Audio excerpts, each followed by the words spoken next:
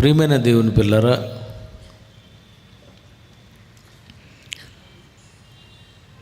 ఆయుష్కాల రహస్యం.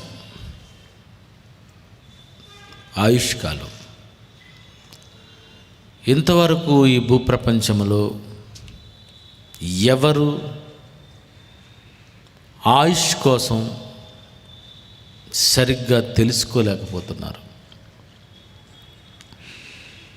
మనిషి ఎందుకు 20 సంవత్సరాలకు, 40 సంవత్సరాలకు, 60 సంవత్సరాలకు, 80 సంవత్సరాలకు, 100 సంవత్సరాలకు చనిపోతూ ఉంటాడు? మానవ ఆయుష్కాలం యొక్క రహస్యం ఏంటి అని ఇంతవరకు ఎవరు ఆలోచించకపోయినా, ఆయుష్ కోసం తెలియని వారే ఏమని దీవిస్తూ ఉంటారంటే, ఆయుష్మాన్ భవ. ఎన్నో సంవత్సరాలుగా మీరు ఎంతోమంది దీవెనలు పొందినప్పుడు పెద్దలు దీవిస్తున్నటువంటి దీవెన మీరు ఎన్నోసార్లు చూసే ఉంటారు, వినే ఉంటారు, అనుభవించే ఉంటారు. 100 ఏళ్ళు వర్ధిల్లు పిల్ల పాపలతో. అదే కొందరైతే ఆయుష్మాన్ భవ అని అంటూ ఉంటారు. ఇంతకీ ఆయుష్మాన్ భవ అనే ఆయనకు మానవ ఆయుష్కాలం ఎంతో తెలుసంటారా? 100 ఏళ్ళు వర్ధిల్లు అని అంటున్నటువంటి ఎంతోమంది క్రైస్తవులకు, క్రైస్తవేతరులకు ఆయుష్కాలం ఎంతో తెలుసంటారా? ప్రియమైన దేవుని పిల్లరా, ఇంతవరకు ఈ భూప్రపంచంలో ఎవరు ఆయుష్కాలం గురించి సరిగ్గా తెలుసుకోలేకపోయారు. ఆయుష్మాన్ భవ అని నువ్వు అన్నంత మాత్రాన నువ్వంటే వాళ్ళు 100 ఏళ్ళు బ్రతుకుతారా? 100 ఏళ్ళు వర్ధిల్లు అని నువ్వన్నంత మాత్రాన 100 సంవత్సరాలు మానవులు బ్రతుకుతారా? అసలు మానవ ఆయుష్కాలం ఎంత? ఈ ఆయుష్కాలంలో దేవుడు మానవులకు ఇచ్చినటువంటి ఆయుష్కాలం ఎంత అని ఎప్పుడైనా ఎవరైనా ఆలోచించుంటారంటారా? దేవుడు మానవునికి ఆయుష్ ఎంత ఇస్తాడు, ఎంత ఇచ్చి ఉంటాడు? ఎవరైనా ఆలోచించారంటారా? లేదండి. అందుకే ఏమంటారో తెలుసా? నీకు దేవుడు 50 సంవత్సరాలు ఇచ్చాడు, నీకు దేవుడు 20 సంవత్సరాలు ఇచ్చాడు, నీకు దేవుడు 80 సంవత్సరాలు ఇచ్చాడు, నీకు దేవుడు 100 సంవత్సరాలు ఇచ్చాడు అని మాట్లాడుతూ ఉంటారు కొంతమంది. నీకు దేవుడు 60 ఇచ్చాడా? నీకు దేవుడు 20 ఇచ్చాడా? నీకు దేవుడు 80 సంవత్సరాలు ఇచ్చాడా? అంటే నీకు ఒక విధంగా ఇచ్చాడు, నీకొక విధంగా ఇచ్చాడు, నీకొక విధంగా ఇచ్చాడు. అంటే దేవుడు ఒక్కొక్కరికి ఒక్కొక్క ఆయుష్కాలం ఇస్తూ పక్షపాతిగా వ్యవహరిస్తుంటాడన్నమాట. ఆలోచించండి. నీకు 40 ఇచ్చి, నీకు 60 ఇచ్చి, నీకు 80 ఇస్తే దేవుణ్ణి పక్షపాతి అనాలి. కానీ బైబిల్లో ఏమనుందో తెలుసా? దేవుడు పక్షపాతి కాడు. మరి దేవుడు పక్షపాతి కానప్పుడు దేవుడు నీకు ఇచ్చిన ఆయుష్కాలం సమానంగా ఉంటుందంటారా? లేదా దేవుడు తనకిష్టం వచ్చినంత ఆయుష్కాలాన్ని మానవునికి ఇస్తూ ఉంటాడంటారా? అందుకే ఈరోజు వరకు ఆయుష్కాలం సరిగ్గా ఎవరికి అర్థం అవ్వక ఇష్టం వచ్చినట్లుగా ఇంతవరకు అందరూ మాట్లాడారు. వారికి నచ్చినట్లుగా మాట్లాడుకున్నారు. కానీ మానవులకు దేవుడు ఇచ్చిన ఆయుష్కాలం ఎంత? దేవుడు మానవులకు ఎంత ఆయుష్కాలం ఇచ్చుంటాడు? మానవుడు ఎంతకాలం భూమి మీద బ్రతకాలని దేవుడు మానవులకు ఆయుష్ రాశాడు అని మనం ఆలోచిస్తే, బైబిల్ని బాగా పరిశోధిస్తే నిజంగా బైబిల్లో కొన్ని వాక్యాలు ఎన్నోసార్లు మనం విన్నాం, కానీ ఈరోజు మళ్ళీ వినండి. ఎఫ్సి పత్రిక 6వ అధ్యాయము 2వ వచనం చూడండి. నీకు మేలు కలుగునట్లు. ఎఫెసీ పత్రిక 6వ అధ్యాయము 2వ వచనము. నీకు మేలు కలుగునట్లు నీ తండ్రిని తల్లిని సన్మానింపుము, అప్పుడు నీవు భూమి మీద దీర్ఘాయుష్మంతుడగుదువు. దేవుడు రాశాడు. ఏమని రాశాడు? నీవు భూమి మీద దీర్ఘాయుష్మంతుడగుదువు. అంటే దీర్ఘాయుష్ ఉంది. దీర్ఘాయుష్మంతుడగునట్లు ఆయుష్మాన్ భవ అన్న ప్రతి ఒక్కరూ దేవుడు మానవులకిచ్చిన దీర్ఘాయుష్ ఎంత అంటారు? నీవు భూమి మీద దీర్ఘాయుష్యవంతుడగునట్లు. భూమి మీద మానవునికి దీర్ఘాయుష్ ఉందా? ఉంది. ఉంటే ఆ దీర్ఘాయుషు ఎంత దీర్ఘాయుషు? 60 దీర్ఘాయుష్ అంటావా? 80 దీర్ఘాయుష్ అంటావా? 20 దీర్ఘాయుష్మంతుడు అంటావా? నీకింతే ఆయుష్ ఇచ్చాడు, ఇదే దీర్ఘాయుష్ అంటారా? అలాగండం లేదు బైబిల్లో దేవుడు.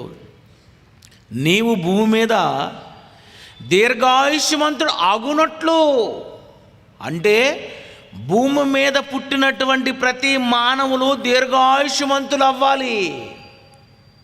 దీర్ఘాయుష్మంతుడు అగునట్లు మానవునికి దేవుడు ఆయుష్కాలం ఇచ్చాడన్నమాట.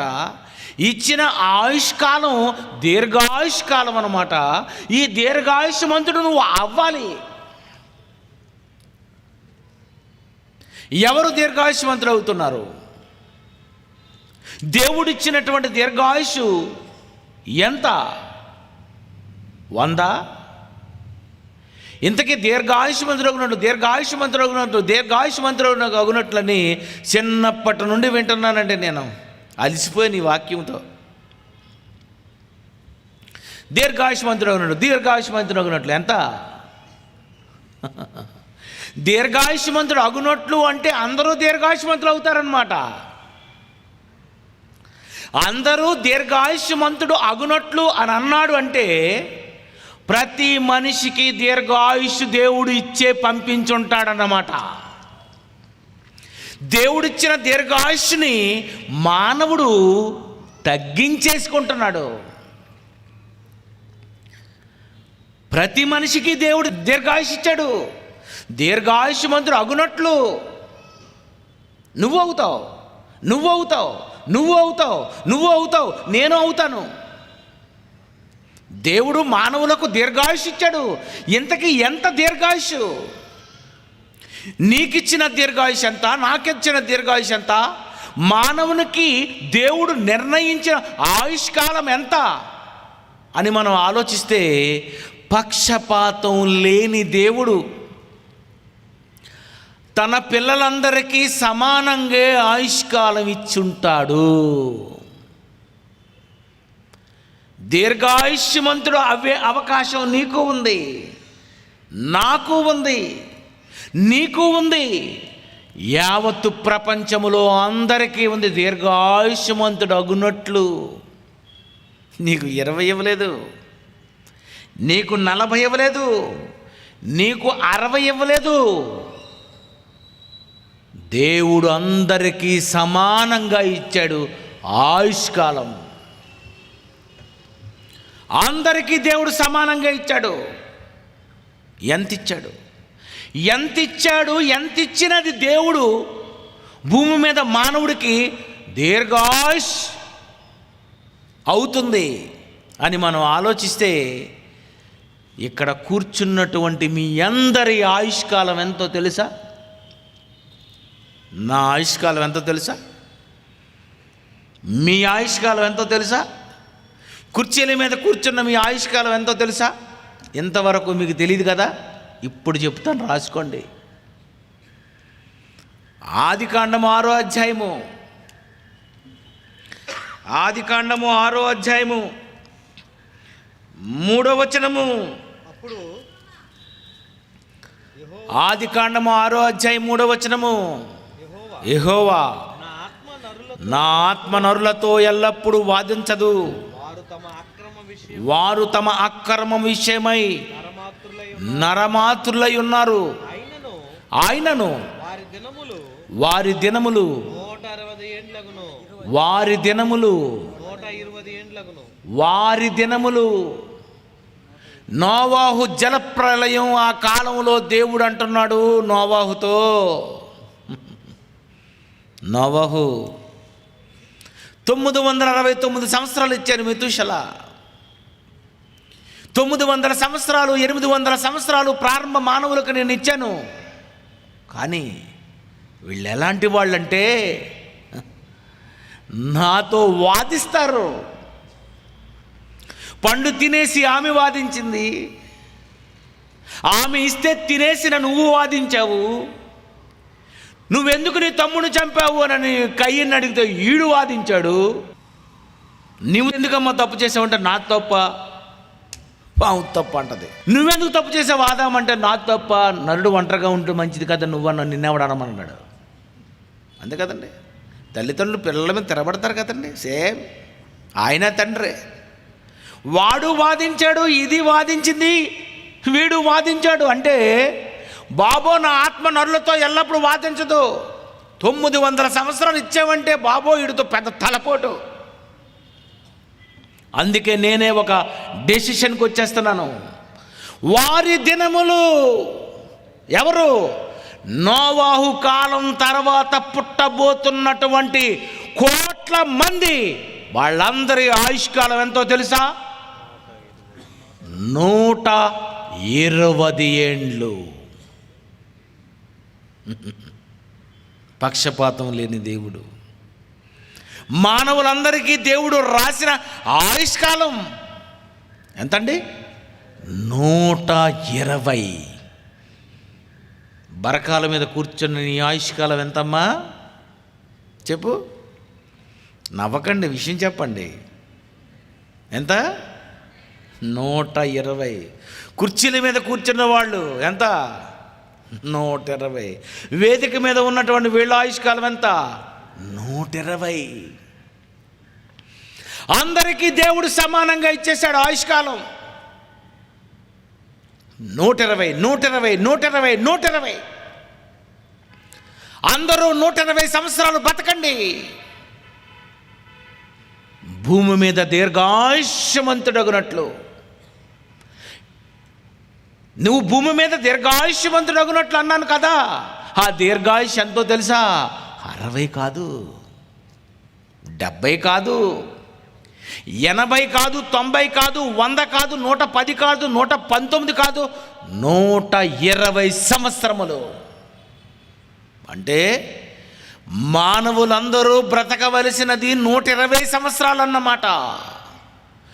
120 సంవత్సరాల ఆయుష్కాలం దేవుడు నీకు నిర్ణయిస్తే, దేవుడు 120 సంవత్సరాల ఆయుష్కాలం మానవులందరికీ నిర్ణయిస్తే, ఏ మనిషి అయినా భూమి మీద బ్రతకవలసింది 120 సంవత్సరాలు అయితే ఎందుకు 60కి, 70కి, 80కి, 90కి, 20కి, 30కి, 40కి, 50కి చచ్చిపోతున్నావు? ఏంటి ఆయుష్కాల రహస్యం? ఇది టైటిల్. 120 సంవత్సరాలు బ్రతకవలసిన నీవు 20కి ఎందుకు చనిపోయావు? 20కి చావకూడదు, 40కి చావకూడదు, 60కి చావకూడదు, 80కి చావకూడదు. నేనిచ్చినది 120 సంవత్సరములు. ఈ 120 సంవత్సరాలు నువ్వు భూమి మీద దేవుని కొరకు బ్రతికి దీర్ఘాయుష్మంతుడగునట్లు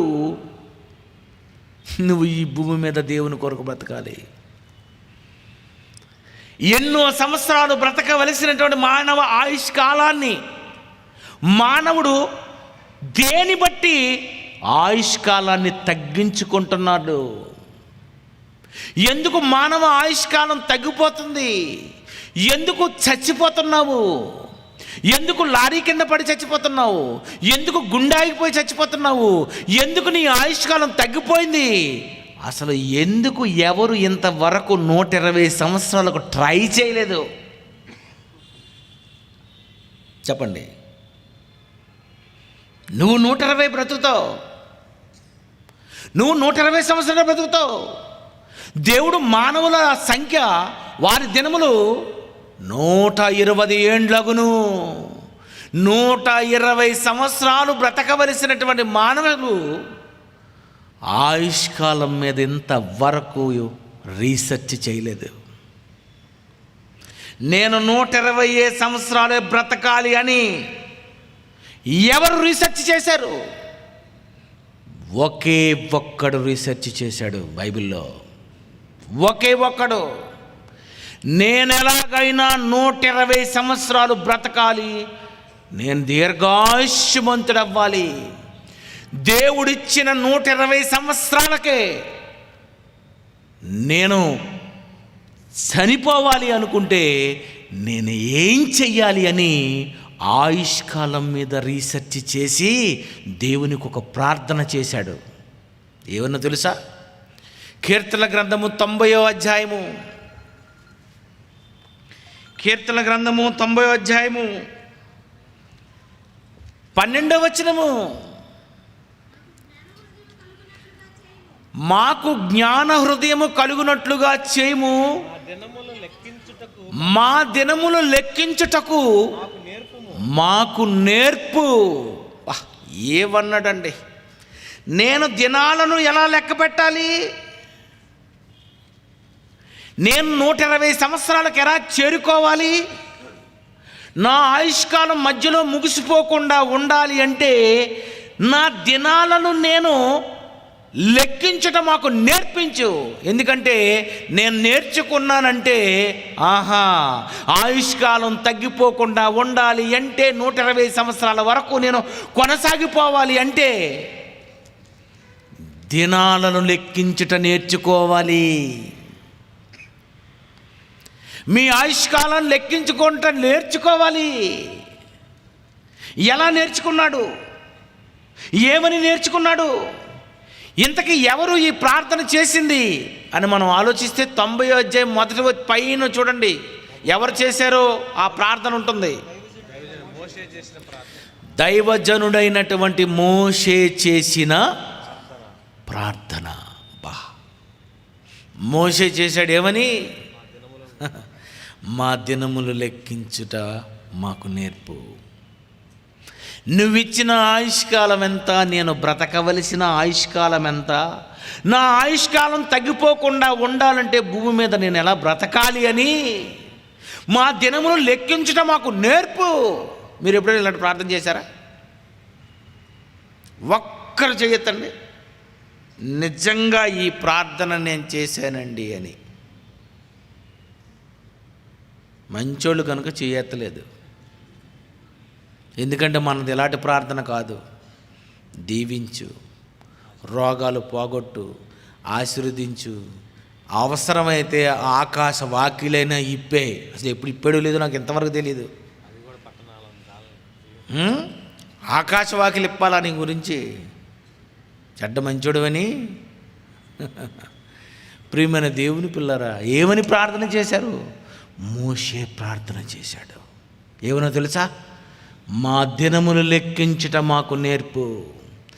నేను 120 సంవత్సరాలు లెక్క పెట్టుకోవాలనుకుంటున్నాను. నేను 120 సంవత్సరాలకే చచ్చిపోవాలనుకుంటున్నాను అని దినములు లెక్కించిన మోషే ఈ యావత్తు ప్రపంచములో మోషే ఎన్ని సంవత్సరాలకు చనిపోయాడు అని మనం ఆలోచిస్తే ద్వితీయోపదేశ కాండము 34వ అధ్యాయము 7వ వచనం చూడండి. మోషే చనిపోయినప్పుడు ద్వితీయోపదేశకాండము 34వ అధ్యాయము 7వ వచనము. మోషే చనిపోయినప్పుడు మోషే చనిపోయినప్పుడు 120 సంవత్సరములు ఈడుగలవాడు. 120 సంవత్సరముల ఈడు గలవాడు. బాబా ఇప్పుడు చనిపోయేటండి 120 దినాలు లెక్కించుట నేర్చుకున్నాడు. దేవుడిచ్చిన దీర్ఘాయుష్ 120 సంవత్సరాలు. ఎలాగైనా నేను 120 సంవత్సరాలు బ్రతకాలి. ఈ బ్రతకాలి అంటే ఏం చేస్తే బ్రతుకుతాను, ఏం చెయ్యకపోతే తొందరగా చచ్చిపోతాను. ఈ తీసిన ఈ భూప్రపంచంలో ఆయుష్కాల రహస్యాన్ని ఛేదించిన ఒకే ఒక్కడు మోషే. మోషే అండి. నేను 120 బ్రతకాలనుకున్నాను. 120 సంవత్సరాలకే బ్రతికాడు. 120కి చనిపోయాడు. ఎలాగ అతను 120 సంవత్సరాలు బతికాడు ఆలోచిద్దాం. ఆయన ఎలా 120 సంవత్సరాలు బతికాడు? అతను ఆయుష్కాలం ఎందుకు తగ్గిపోలేదు? ఆయన ఎందుకు దేవుడిచ్చిన దీర్ఘాయుష్మంతుడైపోయాడు? అతన్ని పట్టుకుందాం. నువ్వెందుకు 20కి, నువ్వెందుకు 40కి, నువ్వెందుకు 60కి, నువ్వెందుకు 80కి, నువ్వెందుకు 100కి? మానవులందరూ ఎందుకు తొందరగా చచ్చిపోతున్నారు? తొందరగా చచ్చిపోవడానికి, నీ కాలమునకు ముందుగానే వెళ్ళిపోవడానికి గల రీజన్స్ ఏటో ఒకసారి మోషే గారిని అడగల. హెబ్రీ పత్రిక 11వ అధ్యాయము, హెబ్రీ పత్రిక 11వ అధ్యాయము 24, 25, 26, 27 వచనములు చూద్దామండి. మోషే పెద్దవాడైనప్పుడు విశ్వాసమును బట్టి ఐగుప్తు ధనము కంటే క్రీస్తు విషయమైన నింద గొప్ప భాగ్యమని ఎంచుకొని అల్పకాలము పాపభోగము అనుభవించుట కంటే దేవుని ప్రజలతో శ్రమ అనుభవించుట మేలని యోచించి ఫరో కుమార్తె యొక్క కుమారుడనని అనిపించుకొనుటకు ఒప్పుకొనలేదు.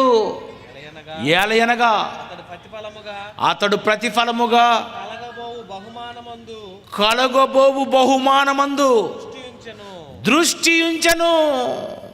120 సంవత్సరాలు బ్రతికితే 120 సంవత్సరాలు బ్రతికిన వాడికి వచ్చే బహుమానం వేరు, 60 సంవత్సరాలు బతికే వాడికి వచ్చిన ఆయుష్కాల బహుమానం వేరు. నువ్వు 60కే బ్రతికావు, పరలోకంలో నీకు ఎంత వస్తుంది? నువ్వు 40 బ్రతికావు, ఎంత వస్తుంది? నువ్వు 70 బ్రతికావు, నీకు పరలోకంలో ఎంత వస్తుంది? నువ్వు 80 బ్రతికావు, నీకు పరలోకంలో ఎంత వస్తుంది? నువ్వు 100 బ్రతికావు, నీకెంత వస్తుంది?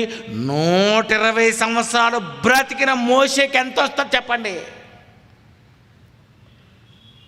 అంటే పరలోకములో బహుమతి కొట్టాలని, భూమి మీద ఆయుష్కాలం తగ్గిపోతే అక్కడ బహుమతి తగ్గిపోతుందని 120 సంవత్సరాలు రీచ్ అయిపోవాలి. ఎట్టి పరిస్థితుల్లో 120కే చనిపోవాలి అని ఏమి రీసెర్చ్ చేశాడండి మోషే. మనకి ఇలాంటి రీసెర్చ్ లేదు, మనకంతా మాయా మోసం. ఏమి రీసెర్చ్ చేశాడండి? నేను 120 సంవత్సరాలు బతికితే నాకు వచ్చే బహుమతి ఏంటి? 60కి ఇచ్చిన వాళ్ళది ఇవ్వడు, నాకు 80కి ఇచ్చిన వాళ్ళ ఆయుష్కాలం అంత ఇవ్వడు. ఎక్కువ కాలం బ్రతికి ఎక్కువ బహుమతి సంపాదించుకోవాలి. మా దినములు లెక్కించటం మాకు నేర్పించు. అయితే ఎలా నేర్చుకున్నాడు? ఏమని నేర్చుకున్నాడు? ఎలాగ అసలు అతను ఆయుష్కాలాన్ని 120 సంవత్సరాలకు పెంచుకున్నాడు? ఎలా గోల్ రీచ్ అయ్యాడు అని మనం ఆలోచిస్తే ఆ హెబ్రీ పత్రిక 11వ అధ్యాయం 24 నుండి 27 వచనాల్లో మొత్తం ఉందండి అసలు సిస్సలైనటువంటి ఆయుష్కాల రహస్యం. మోషే పెద్దవాడైపోయాడట. 24 మోషే పెద్దవాడైపోయాడు.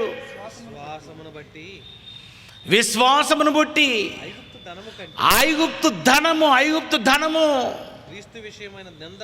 క్రీస్తు విషయమైన గొప్ప నింద.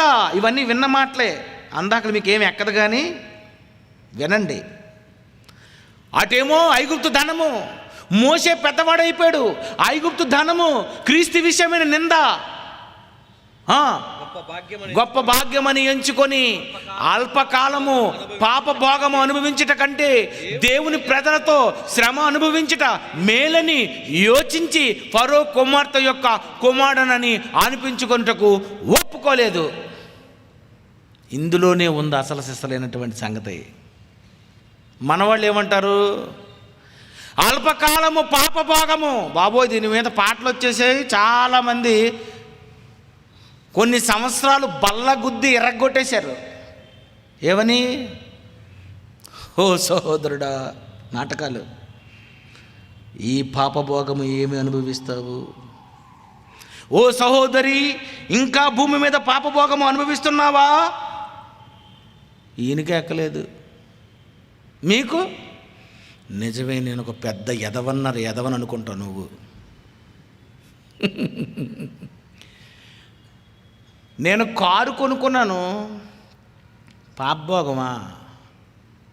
ఏమండి, నువ్వు ఇల్లు కట్టుకున్నావు, మంచి పాపభోగం అండి. చాలామంది బైబిల్ తెలియదండి. ఏంటి, కారు కొనుక్కుంటే పాపభోగమా? బండి కొనుక్కుంటే పాపభోగమా? అందుకే బండి వెనకాల రాసుకో, పాపభోగము స్కూటర్ అని. ఎవడండి చెప్పాడు పాపభోగం అనేది? పాపభోగం ఏంటి? నువ్వు ఇల్లు కట్టుకున్నావు, పాపభోగమా? ఎవడు చెప్పాడు? పాపభోగము వేరు. ఏది పాపభోగమో ఏది పాపభోగము కాదో చాలామందికి ఇంతవరకు తెలియలేదు. గుంటూరులోనే కాదు, యావత్తు ప్రపంచంలో. నువ్వు ఉద్యోగం చేసి, నెలంతా ఉద్యోగం చేసి, ఉదయాన్నే 6 గంటలకు లేచిపోయి 8 గంటల లోపు తయారైపోయి డ్యూటీకి వెళ్ళి సాయంత్రం 6 గంటల వరకు కష్టపడి ఇంటికి వచ్చి 50,000 రూపాయలు సంపాదిస్తే ఇది పాపభోగమా? ఏది పాపభోగం, ఏది పాపభోగము కాదో ప్రసంగి గ్రంథము తీయండి, 2వ అధ్యాయము 24వ వచనం చూడండి. ప్రసంగి 2వ అధ్యాయం 24.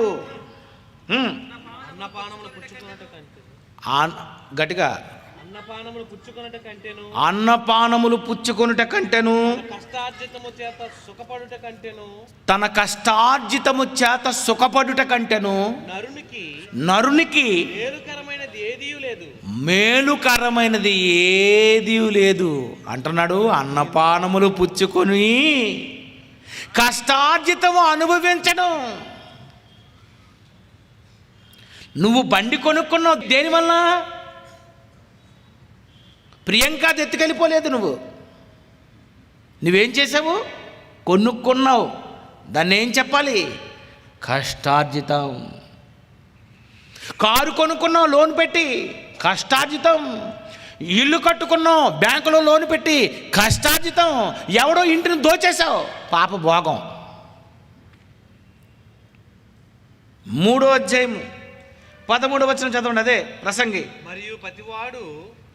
మరి ప్రతివాడు అన్నపానములు పుచ్చుకొనుచు తన కష్టార్జితము వలన సుఖము అనుభవించుట దేవుడిచ్చు బహుమానమే అని తెలుసుకొంటిని. చూసండి, జ్ఞానులు కనుక అలాగ మాట్లాడతారు, అజ్ఞానులు కనుక ఇలా మాట్లాడేస్తారు. ఆయన అంటున్నాడు మళ్ళీ, ప్రతివాడు అన్నపానము శుభ్రం భోంచేస్తున్నావు కదా, చక్క మంచి బిర్యానీ తింటున్నావు, మంచి చలవర టిఫిన్ తింటున్నావు, రాత్రి చక్కగా మంచి భోజనం చేస్తున్నావు అంటే అర్థం ఏంటి? అన్నపానములు పుచ్చుకొని. కొంతమందికి అండి 80 వచ్చినా 70 వచ్చినా షుగరు బీపీ ఉండదు. అదృష్టవంతులు, మీకు నమస్కారం.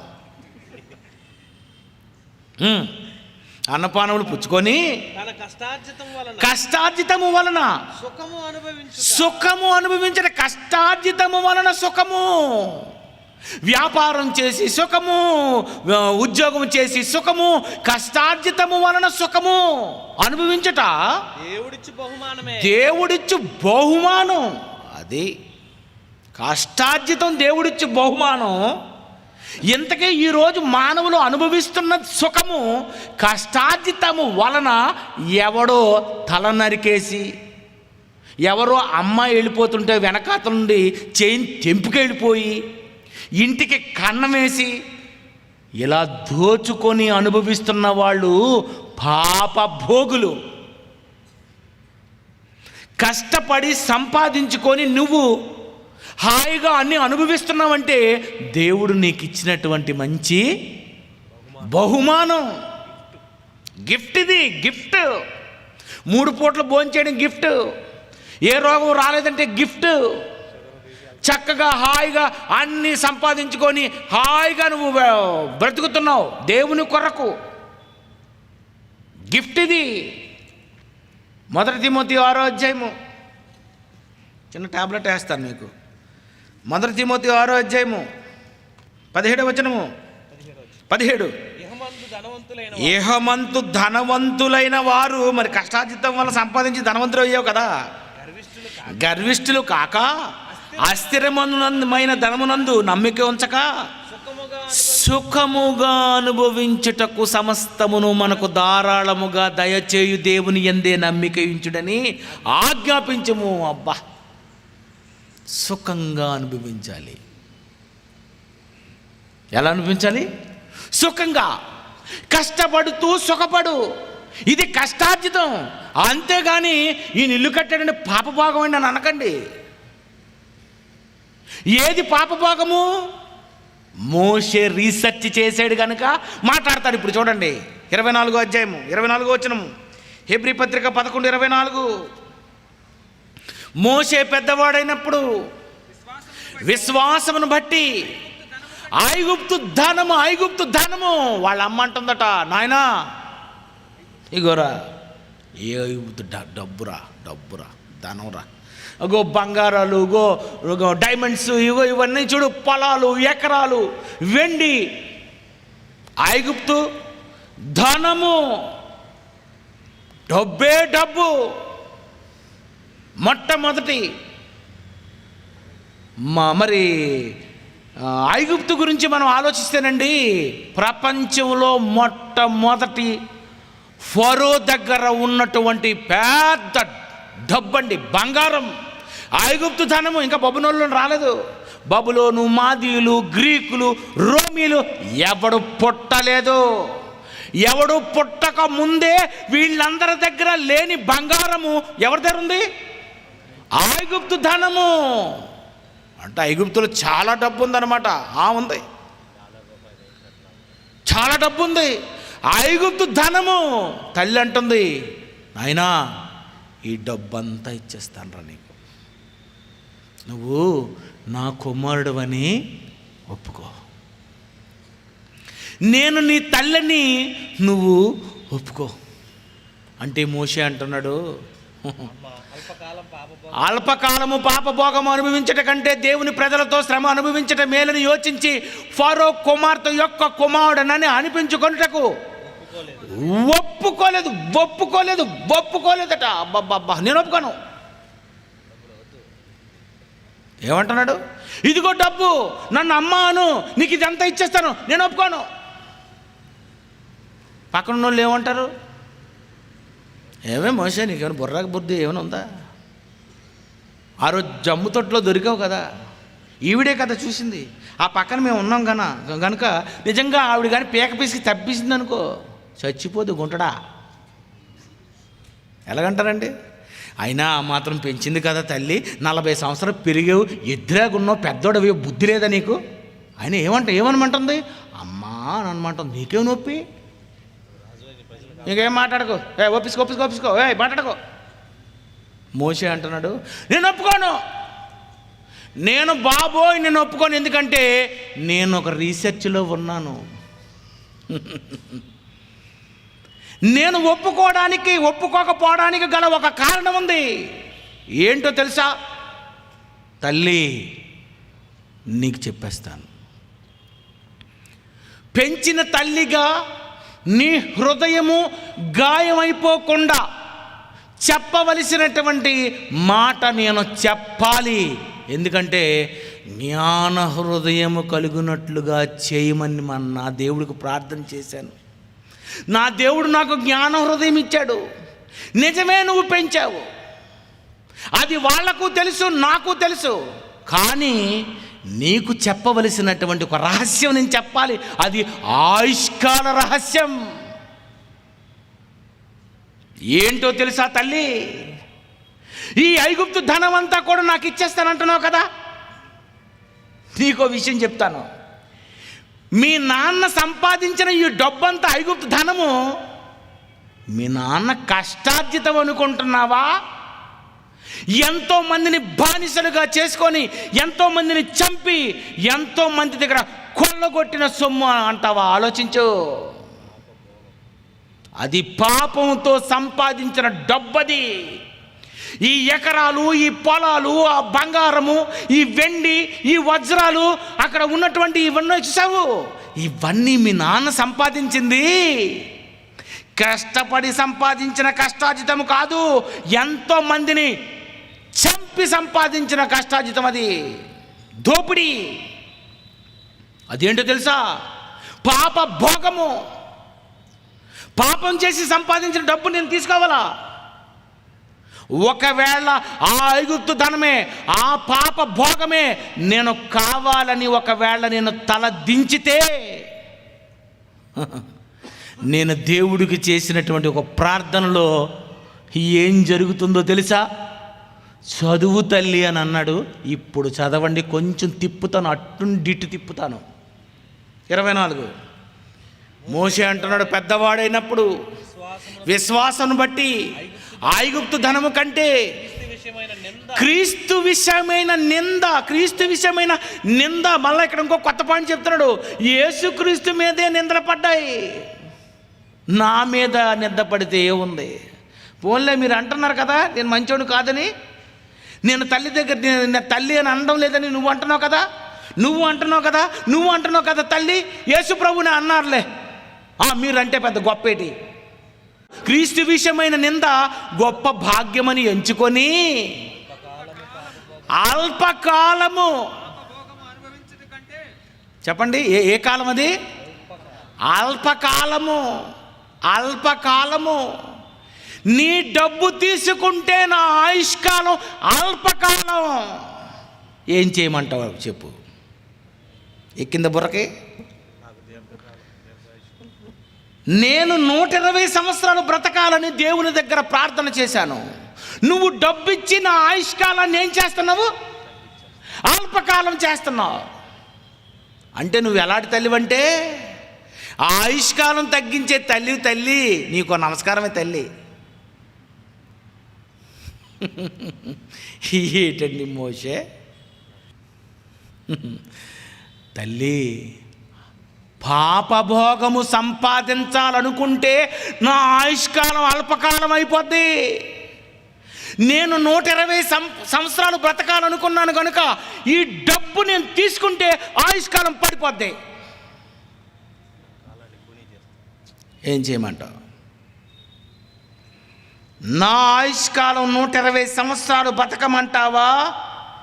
ఈ డబ్బు తీసుకొని 120 సంవత్సరాల ఆయుష్కాలం తగ్గిపోయి 80కో 90కో 100కో చచ్చిపోమంటావా? నువ్వే చెప్పు.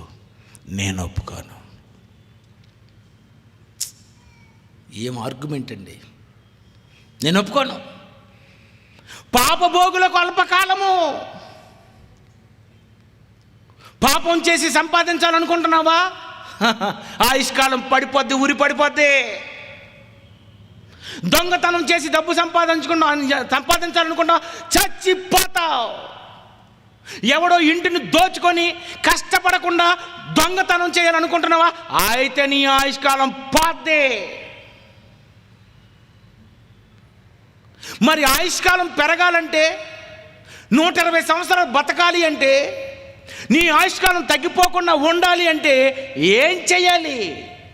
మోషే అంటున్నాడు, దేవుని ప్రజలతో శ్రమ అనుభవించటం మేలని నాకు థాట్ వచ్చింది. దేవుని ప్రజలతో శ్రమ అనుభవించాలనుకుంటున్నాను అంటే, దేవుని పిల్లల కోసం బ్రతికితే ఎక్కువ కాలం బ్రతుకుతాను, నా కోసమే సుఖము అనుభవించాలనుకుంటే, భోగము అనుభవించాలనుకుంటే చచ్చిపోతాను. అంటే భోగము అనుభవించాలనుకునేవాడు తొందరగా చచ్చిపోతాడు. దేవుని ప్రజలతో శ్రమ అనుభవించాలని ఇలా సభలు పెట్టినవాడు ఎక్కువ కాలం బతికేస్తాడు. చెప్పండి, ఏం చేస్తావు? దేవుని ప్రజలతో ఏంటి సుఖమా? తలపోటు, అన్నీ కుట్రలే. ఎక్కడ? దేవుని ప్రజలతో ఏంటండి? శ్రమ. బాబు మా సంఘమా తలపోటు, మా కాలేజీయా తలపోటు. ఉన్నత తలపోట్లు ఉన్నాయి. సంఘములన్నిటి కూర్చున్న తలపోటు ఎప్పుడుంది? అప్పుడే ఉంది. ఆయనకే పోటు ఉన్నప్పుడు ఇప్పుడు ఉండదా? అన్నీ పాము పిల్లలే మధ్య మధ్యలో దూరిపోయి, అన్నీ పాములే. అలాంటి పాము పిల్లలతో దేవుని ప్రజలతో శ్రమ అనుభవించుట మేలని యోచించి, నేను 120 సంవత్సరాలు బ్రతకాలనుకుంటున్నాను, వీళ్ళతో తలపోటైనా వీళ్ళకి వాక్యం చెప్తాను. అది మోషే అండి, అది మోషే. 120 సంవత్సరాలు బ్రతకడానికి, అతను ఆయుష్కాలం తగ్గిపోకుండా ఉండడానికి అల్పకాలం, అతను ఆయుష్కాలం అయిపోకూడదు. మీరు అంతే. పౌలు ఎంతకాలం బ్రతికాడు? యోహాన్ ఎంతకాలం బ్రతికాడు? పేతురు ఎంతకాలం బ్రతికాడు? వాళ్ళందరూ ఎక్కువ సంవత్సరాలు బతికారు. నువ్వు దేవుని ప్రజలతో శ్రమ అనుభవించాలని అనుకుంటే నువ్వు బతికేస్తావు. లేదు, దేవుని సేవలో ఎవరైనా చంపేస్తే చావైతే మేలు, చావైతే లాభం. యేసుప్రభుని చంపేశారు. విషయం తెలుసా? యేసుప్రభుకి దేవుడు రాసింది 120 సీక్రెట్. ఎవడికి తెలియదు ఇది. వారి దినముల సంఖ్య 120 ఏండ్లు. యేసుప్రభుకి ఎంత బ్రతకాలి? 120 సంవత్సరాలు బ్రతకవలసిన యేసుప్రభుని భూమి మీద బ్రతకకుండా చంపేశారు. అదే యేసుప్రభుని ఇంకా ఉంచితే ఉండేవాడే. కానీ నువ్వు లేపేశావు, స్టీఫెన్ని చంపేశావు. చావైతే లాభం, బ్రతికుంటే క్రీస్తు కొరకు బ్రతకాలి. మరి 70 ఉందండి, 80 ఉందండి అండి, దాని సంగతి ఏంటి?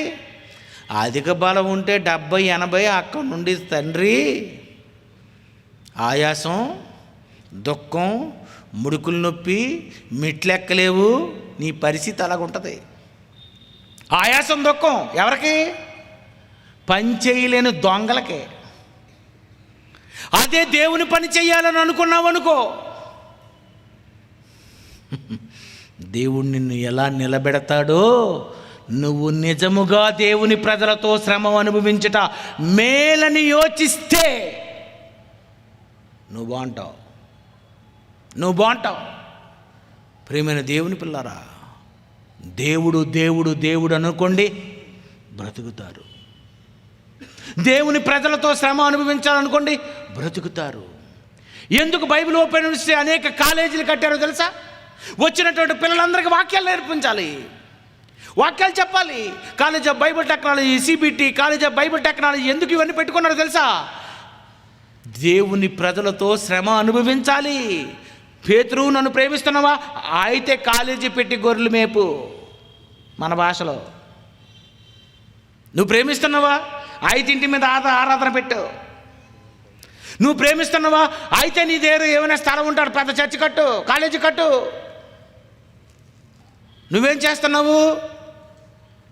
అననీయ సప్పేర టైపు. మనం ఒక పెద్ద ఇల్లు నిర్మించుకొని కొడుకుని అమెరికాలో, కూతుర్ని ఆస్ట్రేలియాలో, మరి మనం ఒక కారు ఇవన్నీ పెట్టుకొని ఒక కుక్కను కూడా పెట్టుకొని వాచ్మెన్ కూడా పెట్టుకుందామని అనగానే టప్పన పోయావు. నీది ఆయుష్కాల రహస్యం. నీది ఏమైపోయింది? చెత్త ప్లాన్ వేసావు, చూసావు. దేవుని ప్రజలతో శ్రమ అనుభవించాలని బాబు ఇక్కడ సంఘం పెడితే వీళ్ళందరూ కూడా తల తినేస్తారు. అయినా పర్లేదు, పెట్టండి బాబు, ఎక్కువ కాలం బతుకుదాం. దేవుని ప్రజలతో ఉండాలని ఆలోచిస్తున్నావా? మనమంతా కలిసండి మనం చక్కగా ఉండాలి. మనం ఎవరికి పెట్టము, వాళ్ళని మనం అడగం, ముందే చచ్చిపోదాం. ఇదొక బ్యాచ్ ఉంది తెలుసా. వీళ్ళు ఎవరో కప్ప టైపు. ఎవరండి, ఎవరికెవరు, మేము ఎవరికి హాని చేయము, మీరు మాకు హాని చేయొద్దు. దేవుడు ఊరుకుంటాడా? అల్పకాలము. నువ్వు ఏ భాగం అనుభవించాలనుకుంటున్నావు? భూమి మీద హాయిగా ఉండాలనుకుంటే ఉండవు. దేవుని ప్రజలతో శ్రమ అనుభవించాలనుకుంటేనే నువ్వు ఉంటావు. ప్రియమైన దేవుని పిల్లరా, ఈ ప్రసంగం చెప్పడానికి నాకు ఒకే ఒక ఆయనండి, జైశాలి పీడి సుందర్రావు గారు. వాళ్ళ నాన్నగారు 50 సంవత్సరాలకి ఇలా కుర్చీ మీద కూర్చొని మాట్లాడుతూ చచ్చిపోయాడు. వాళ్ళ అమ్మగారు నా పక్క మంచం మీద కూర్చొని లేచింది. నేను అలాగే ఉన్నాను. నేను లేచింది, ఇలా కూర్చున్నది కుర్చీ మీద. ఆవిడ మంచం మీద కూర్చుంది, వెనక్కి చేరబడిపోయి చచ్చిపోయింది. ఆవిడ 50. ఈయన చూస్తున్నాను, సుందర్రావు గారికి 50 వచ్చింది. అయ్యగారు ఎగర్రు. నిజమండి, అల్లుండి కదండి. ఈయన కేకలు వేసేస్తుంటారు, పెద్ద పెద్ద కేకలు. ఇదేంటి, ఆవిడ సైలెంట్గా చచ్చిపోయింది, ఇతను చచ్చిపోయాడు సైలెంట్గాను. బాబోయ్, ఇతను కానీ మధ్యలో ఎగిరిపోతారేమో అనుకొని 50, 51, 52, 60, 65, 70, 71, ఏంటి దీన్ని ఎగరడం లేదు అని అనుకుంటే అప్పుడు తెలిసింది, దేవుని ప్రజలతో శ్రమ అనుభవించడం మేలని యోచించేవాడు బతుకుతాడన్నమాట.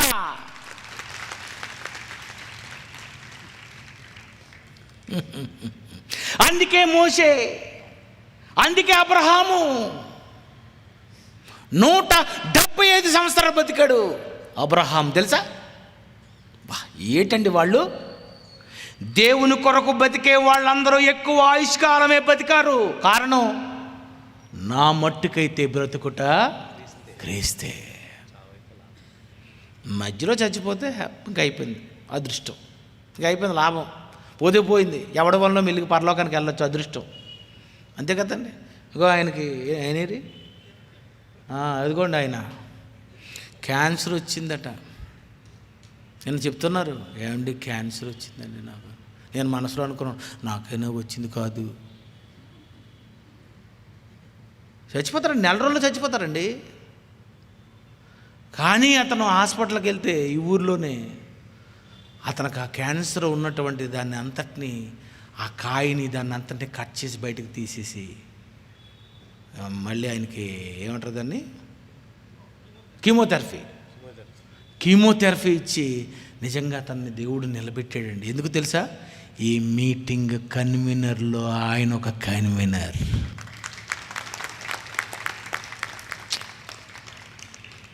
ఆయుష్కాల రహస్యం. నువ్వు తెల్లవారి మార్నింగ్ వాక్కి వెళ్తే ఎక్కువ కాలం బతకవు. వీరమాచినేని డైట్ చేసినా నువ్వు ఎక్కువ కాలం బతకవు. నువ్వు కాదరవల్లి డైట్ చేసినా ఎక్కువ కాలం బతకవు. దేవుని ప్రజలతో శ్రమ అనుభవించుట మేలని యోచించు. ఎవరి దగ్గర దోచుకోవాలని ఆలోచించుకో. బైబిల్ పట్టుకుంటే డబ్బు వస్తుందని ఆలోచించావో తొందరగా చచ్చిపోతావు. కానుకలు వస్తాయని బతికావో పోతావు. అల్పకాలము నీ ఆయుష్ అయిపోద్ది. దోపిడీ వద్దు, న్యాయంగా గొర్రెలను మేపు, కళ్ళెము తొక్కుచున్న ఎద్దు మూటికి చిక్కం పెట్టద్దు. దేవుడిస్తాడు. ఇవ్వలేదా? పని చెయ్యి.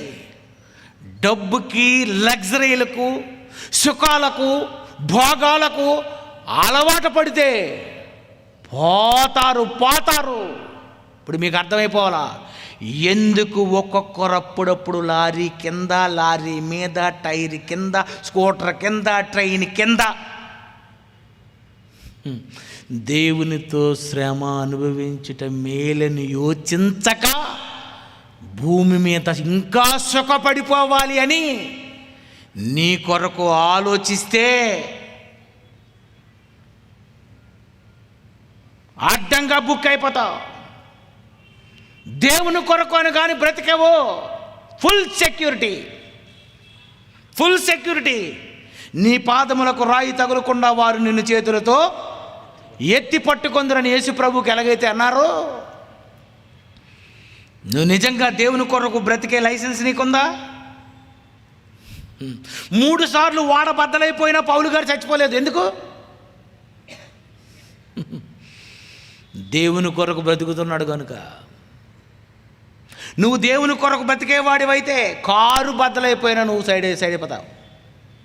నువ్వు దేవుని కొరకు బ్రతకాలనుకున్న విమానం పేలిపోయినా నువ్వు మాత్రం పారాచూట్తో కింద దిగిపోతావు. నువ్వు మాత్రం బతికేస్తావు. ఎందుకు?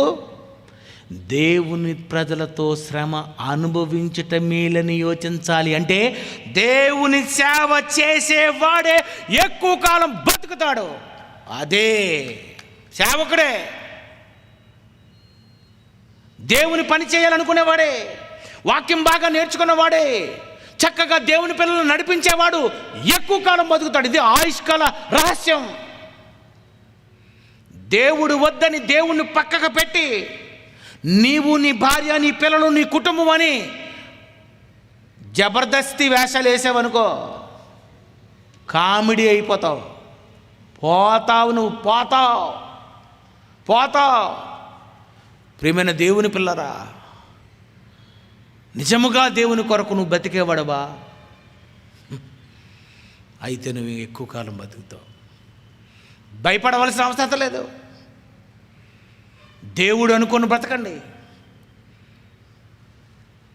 మరి నాకు వేదిక మీద కూర్చున్నటువంటి ఆయన చూడండి, చివరి ఆయన ఎప్పుడోనండి, అది కేసే తెలుసా?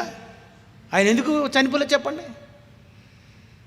సేవేనండి, సేవే. కోమాలోకి వెళ్ళిపోయి వచ్చారు అంటే ఈ బాధ అందరికీ ఎక్కుతుందిలేండి, అర్థమవుతుంది. దేవుడు అనుకుంటేనే బాగుంటారండి. మోషే ఏమనుకున్నాడు? దేవుని ప్రజలతో బాధలైనా పడతాను కానీ డబ్బొద్దు. నిజమండి.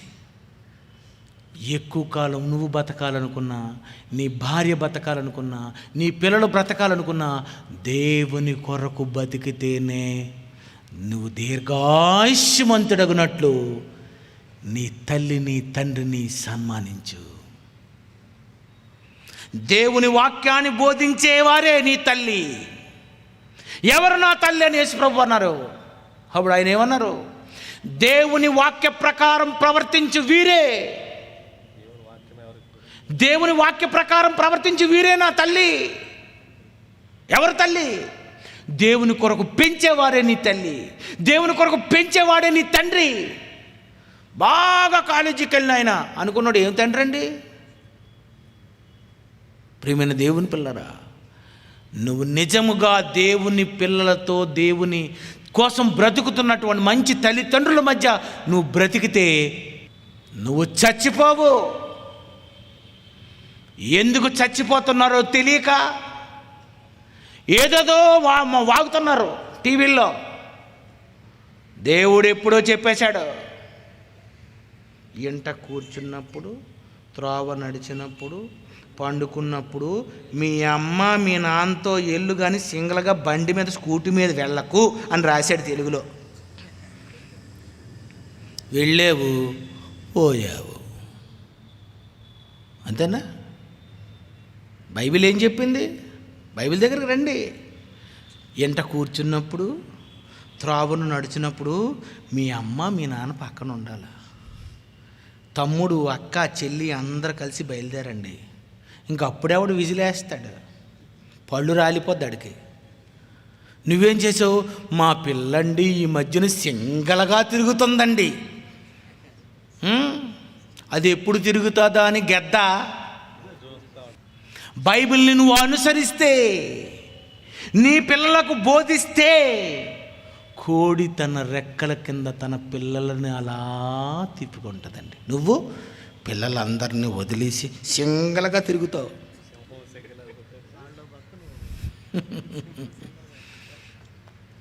కోడి పెట్ట కింద ఎవరు ఉండాలి? కోడి పిల్ల ఉండాలి. పిల్ల ఎందుకు వదిలేసా? ఎత్తుకెళ్ళిపోయింది. దీనికి నువ్వు ఎన్ని రీసెర్చ్ చేసినా కుదరదు. తల్లిదండ్రులారా, మీ పిల్లలు కాలేజీకి వెళ్ళినప్పుడు బయలుదేరండి, అట్టుండి వచ్చినప్పుడు మళ్ళీ బయలుదేరండి. లేదా ఎవడో ఎత్తుకెళ్ళిపోతాడు అనుకుంటే కాలేజీకి పంపకండి, బయటకు పంపకండి, ఊరి మీదకి పంపించకండి. మీరేమో పెట్టలని ఎగిరి వదిలేశారు. ఆడు రెడీగా ఉన్నాడు ఎత్తుకెళ్ళిపోదామని, గడ్డ కాసుకొని ఉంది. మీ తప్పు, మీది తప్పు. మీకు బైబిల్ రాకపోవడం మీ తప్పు. బైబిల్లో దేవుడు చెప్పినది పాటించకపోవడం నీ తప్పు. దేవుణ్ణి నిందించకండి, క్రైస్తవ కుటుంబాలైనా. అందుకే ఆయుష్కాలం పోద్ది. దేవుని మాటల ప్రకారం నువ్వు బతికితే నీ ఆయుష్కాలం భూమి మీద చక్కగా దీర్ఘాయుష్యమంతుడవుతావు. లేదా నీ కాలమునకు ముందే పోతావు. 120 అయినా బతకాలనుకున్నావా? 80 అయినా బతకాలనుకున్నావా? 90 అయినా బతకాలనుకున్నావా? దేవుని ప్రజల కోసమే బ్రతకాలనుకుంటే ఉంటావు. అతని పిల్లలు నీకు వద్దనుకున్నప్పుడు నువ్వు పోతావు. ఇదే ఆయుష్కాల రహస్యం.